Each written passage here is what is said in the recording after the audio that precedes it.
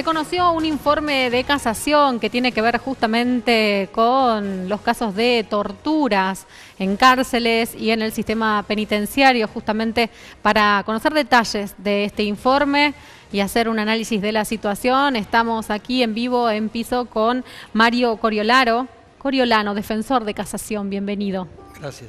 ¿Cómo le va? Muy bien. ¿Cómo se realizan este tipo de estudios al que ahora se ha llegado a que hay 673 casos? Esto empezamos a hacerlo en el año 2000. Todos recordarán, en el 99 fue un cambio de gestión. Fue cuando en la provincia de Buenos Aires asume el entonces gobernador Rucaff con un anuncio de cambio importante en materia de seguridad, mano dura, tolerancia cero, que se le pudran los delincuentes en la cárcel, que se les llene de óxido las manos. Y esto fue acompañado con un aumento de violencia en las comisarías, luego en las cárceles, que empezamos a notar en reuniones de trabajo y nos llevó a generar un registro donde cada uno de nosotros anotara en una planilla los casos que iban ocurriendo de toda la provincia, los recibimos y los sistematizamos. Y así año tras año venimos dando a conocer estos informes. El del 2016 refleja que se sostiene un número muy alto de hechos que no son aislados, que son hechos que tienen que ver con patadas, trompadas, submarino seco, picana, aislamiento como castigo, al interior de los lugares de detención, llámese comisaría, cárceles, y la generalización de estos hechos y el sostenimiento, incluyendo también a pibes de 16 a 18 años como víctimas vinculados al Fuero Penal Juvenil, que es un desagregado que hacemos de la información general. También detallamos cuando son mujeres víctimas. Nos preocupa mucho porque vemos como una retroalimentación de violencia social y violencia institucional que no está pudiendo ser controlada. Estos casos que ustedes anotan o registran desde casación tienen que ver con las denuncias que presentan los detenidos, o cómo llegan a esos casos. Es un registro de defensores, es decir, en el trabajo nuestro cotidiano, en el primer contacto que tenemos con una persona cuando llega detenida, se hace una entrevista confidencial para ver cuál es la situación de él. En esos diálogos nos interesa ver que la persona no sea inocente, que no esté presa injustamente, que a su vez la traten de una manera adecuada. Entonces, en esa entrevista confidencial es donde surge la posibilidad de que la persona nos cuente, además de cosas vinculadas a la causa por la que está detenido, el trato que viene recibiendo desde que está detenido en la comisaría o en la cárcel o en un instituto. Y ese relato es el que nosotros reflejamos. Cada defensor o abogado que trabaja en una defensoría llena una planilla describiendo el hecho de tortura o de maltrato, en qué lugar ocurrió, cómo fue la modalidad, quién la llevó a cabo, si lo va a denunciar y si prefiere no denunciarlo, pero que nosotros estemos en conocimiento de esa situación para hacer un seguimiento y protegerlo. En ese trabajo del defensor es donde surgen estos hechos que estamos dando a conocer. Bueno, varias preguntas me surgen a partir de lo que usted relata. Bueno, por un lado vamos a avanzar ahora en un ratito, a mostrar unas placas que tienen que ver justamente, mencionó los casos de cuando hay un inocente, ¿no? De estos de que están presos por denuncias falsas o por pruebas falsas. Ahora vamos a avanzar qué pasa en eso. Lo que le quiero preguntar justamente es cuando usted toma conocimiento de un caso de tortura, digamos, ¿cómo se procede? Inmediatamente después, ¿qué pasa?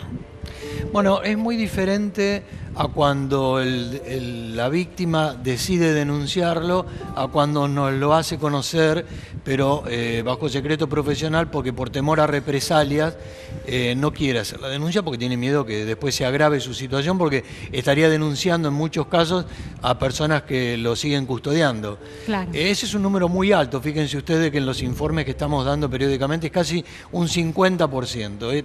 Esta cantidad tan alta tiene esta particularidad que si bien ahí no vamos a poder controlar que la investigación avance, sí la concordancia y la coincidencia de estos hechos de lugar, de modalidad, está mostrando la credibilidad de la radiografía que año tras año venimos dando. ¿Qué quiero decir? Muchas veces, para no creerle y desmerecer una denuncia, se dice, bueno, está buscando beneficiarse, o denuncia a la policía o denuncia al penitenciario para buscar alguna ventaja. Cosa que se ha relativizado mucho a partir de que la policía ya no recibe declaración, como era hace muchos años, ¿no? Allá antes del 98. Entonces, el beneficio es muy relativo. Yo diría que inexistente. Ahora, la persona que está dando información que nos sirve a nosotros para analizar el conjunto de la situación en la provincia de Buenos Aires y que no denuncia, no tiene ninguna sospecha de ningún tipo. Y la concordancia de hechos que nosotros conocemos bajo secreto profesional, pero que empiezan a corroborarse y a dar un diagnóstico tan fuerte de la violencia institucional en la provincia, marca esta diferencia y complementación. Ahora, yendo a la pregunta, ¿qué pasa después? Bueno, los fiscales que reciben la denuncia son los que están obligados a investigar. Y ahí viene la otra mala noticia que nuestros informes traen, que es muy alto el nivel de impunidad. Nosotros en algunos informes hemos medido incluso con Amnistía Internacional o con trabajos pilotos o testigos de algunos defensores que han hecho el seguimiento de las denuncias, y arriba de un 98-99% de hechos no se investigan adecuadamente o se investigan y no llegan a nada.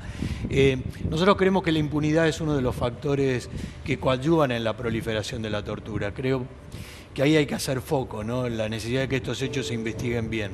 Doctor, cuando a usted le llega en secreto justamente este tipo de denuncias, ¿usted no puede hacer nada como defensor? Nosotros podemos hacer esto, ¿no? De hacer informes que muestren la reiteración. Repito, no son hechos aislados. Esto le llega al presidente de la Corte, al procurador, al presidente de la Cámara de Diputados, al presidente de la Cámara de Senadores, a la gobernadora, a los distintos ministros. Se pone en conocimiento de organismos internacionales. De hecho, el viernes pasado estuvimos en una audiencia ante la Comisión Interamericana, en las sesiones donde se analizan temas de distintos países de la región. La Comisión tomó la situación de la provincia de Buenos Aires como uno de los casos más importantes. En centenares de audiencias que se piden, se eligen solo 8 o 10 audiencias. La provincia de Buenos Aires estuvo porque se da esto en una situación de hacinamiento en cárceles y comisarías, ¿no? Si bien el informe pone el foco en hechos de tortura, también hay una situación de desborde en la cantidad de detenidos en comisarías y en cárceles que conforman un cuadro de violencia institucional con muchas aristas, ¿no? Y que esto que yo decía al principio, si a la violencia social el Estado, que es el responsable de hacer cumplir la ley, está dando un mensaje de ilegalidad, de delitos muy graves como es la tortura, a su vez si estos hechos no se investigan, la impunidad selectiva, porque hay un número que ha desbordado la capacidad de comisarías y cárceles, lo que demuestra que hay un número muy alto de detenidos y que a veces a su vez se completa este panorama con que no todos los que están detenidos deberían estar, empezando por los hechos más graves que no se investigan como estos o los hechos de corrupción, pero también tenemos un número que ustedes habrán visto en el informe que le llamamos causas armadas o fraguadas, 141 que es lo que se casos. Los inocentes presos. El inocente preso es un drama en el cual desde la defensa queremos llamar la atención. A veces son casos que nos llegan a través de familiares o de organizaciones no gubernamentales que nos ponen en alerta para que nosotros pongamos mayor atención. A veces estos casos se logran dar vuelta rápidamente en la primera instancia, a veces en el juicio oral, pero lamentablemente a veces nos llegan con una condena que después se nos hace muy difícil revertir cuando una causa ha sido armada por la policía y un sector judicial. Quiero remarcar que esto deja en evidencia que hay un sector de la policía y un sector de la justicia que están al margen de la ley por acción u omisión, pero que hay también todo un sector policial y judicial trabajando para hacer las cosas bien. Claro, me preguntaba justamente sobre estos 141 casos, digamos que injustamente están detenidos y que están en cárcel, que están condenados ya, ¿no? Porque se están... Digamos, ¿qué pasa con eso? ¿En algún momento se puede revertir? ¿Cómo se puede resarcir a este hombre o a esta persona que estuvo detenida injustamente? Digamos, y los avatares que pasará, ¿no? Dentro de su condena.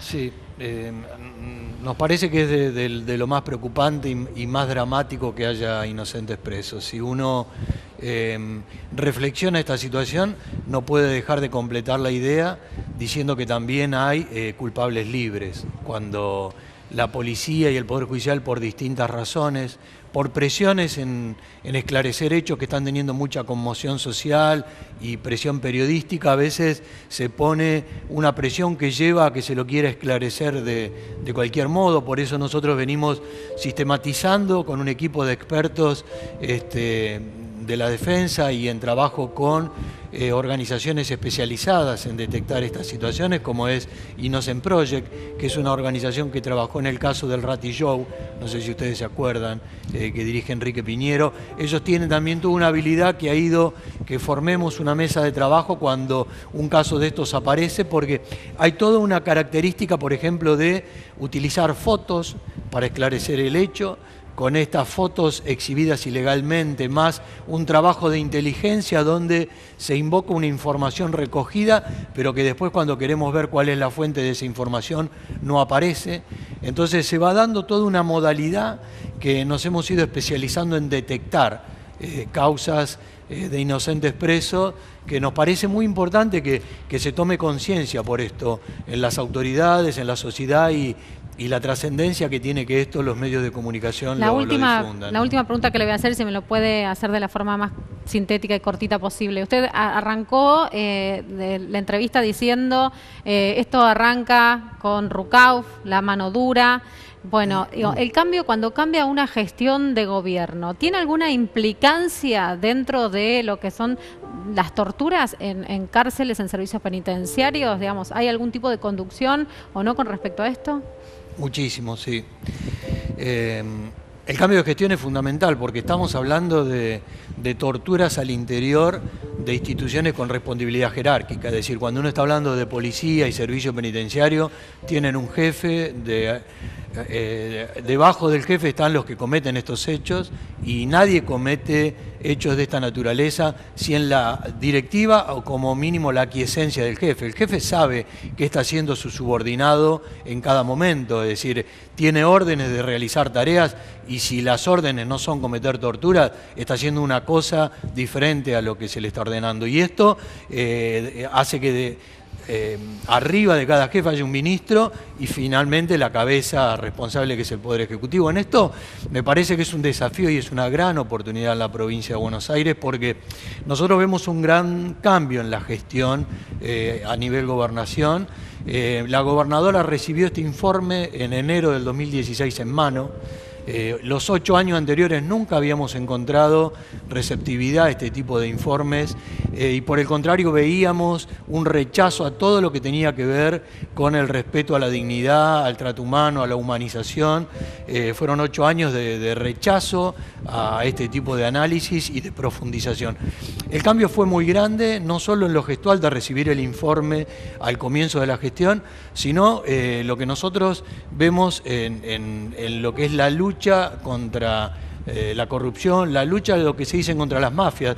Cuando estamos hablando de mafias, estamos hablando de delitos que se cometen al interior de estas instituciones. Entonces hay una concordancia entre nuestro diagnóstico y el cambio de discurso. Lo que me parece que es el momento ahora de poner en marcha un plan de reforma estructural en materia policial, judicial y penitenciaria, en lo que tiene que ver con la tortura, la impunidad y la tortura penitenciaria, que haga cesar esta espiral de violencia que estamos viendo que se mantiene. Me parece que es un desafío y una oportunidad histórica para la provincia. Doctor, qué interesante lo que dice. La verdad que nos podríamos quedar hablando hasta la noche, robarle el espacio, demasiado humo, pero no me van a dejar. Me tengo que ir ya a otra información, así que le agradezco su presencia y su aclaración aquí en Estudios. No, gracias a ustedes por difundir esto.